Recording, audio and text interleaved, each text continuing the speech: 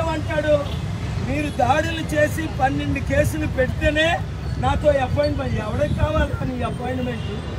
బుద్ధులేని గాడిదలకి తప్ప. మీ నాన్న నా ముందు 22 సార్లు నిలబడ్డాడు లోకేష్ చంద్రబాబు నాయుడు. నాకు మీ నాన్న అపాయింట్మెంట్ కావాలా, నీ అపాయింట్మెంట్ కావాలా?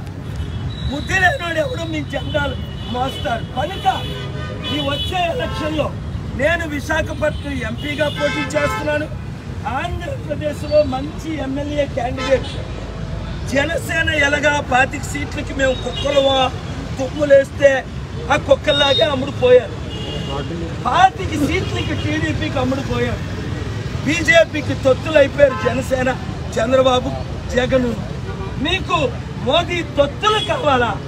మోదీ మనకి స్పెషల్ స్టేటస్ ఇవ్వలా, స్పెషల్ ప్యాకేజ్ ఇవ్వలా, స్మార్ట్ సిటీలు కట్టలే, క్యాపిటల్ సిటీ కట్టలే, పోలవరం ప్రాజెక్టు కట్టలే, రైల్వే జోన్ ఇవ్వలే, 15 లక్షలు ఇస్తానని ఇవ్వలే.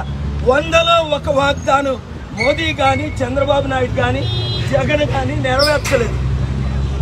నేను నెరవేర్చాలి అంటే ప్రజాశాంతి పార్టీని గెలిపించండి.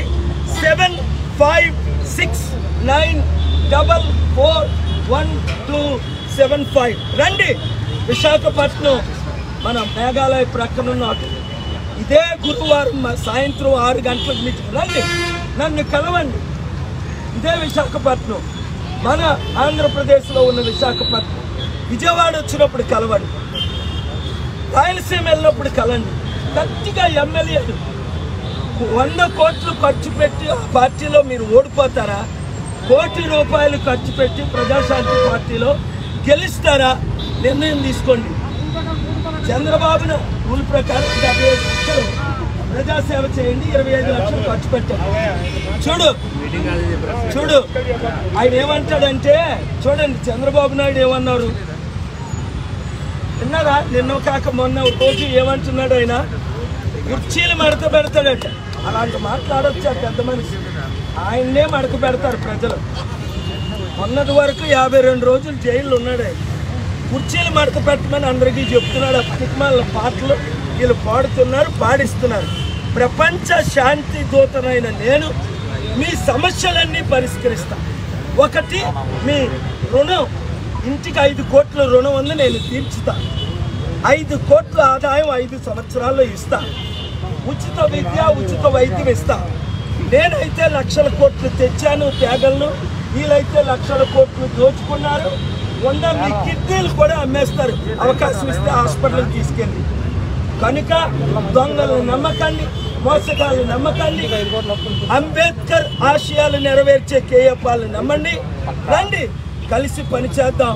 ఇప్పటికైనా జగన్మోహన్ రెడ్డి గారికి నేను మరొకసారి అవకాశం ఇస్తున్నాను. అనేక విషయాల్లో మీకు నేను మద్దతు ఇచ్చాను. రండి, ఒక్కసారి కలుద్దాం, ఒక్కసారి మాట్లాడదాం. మంచి మనసుతో 16 మంది ముఖ్యమంత్రులు కలిసినట్టు, 9 మంది ప్రధానులు కలిసినట్టు నన్ను కలవండి, కలిసి పనిచేద్దాం.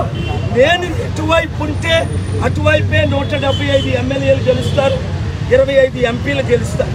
నాతో కలిసి పోరాడితే మీకు విజయం, డబ్బులు వస్తాయి, అభివృద్ధి జరుగుతుంది.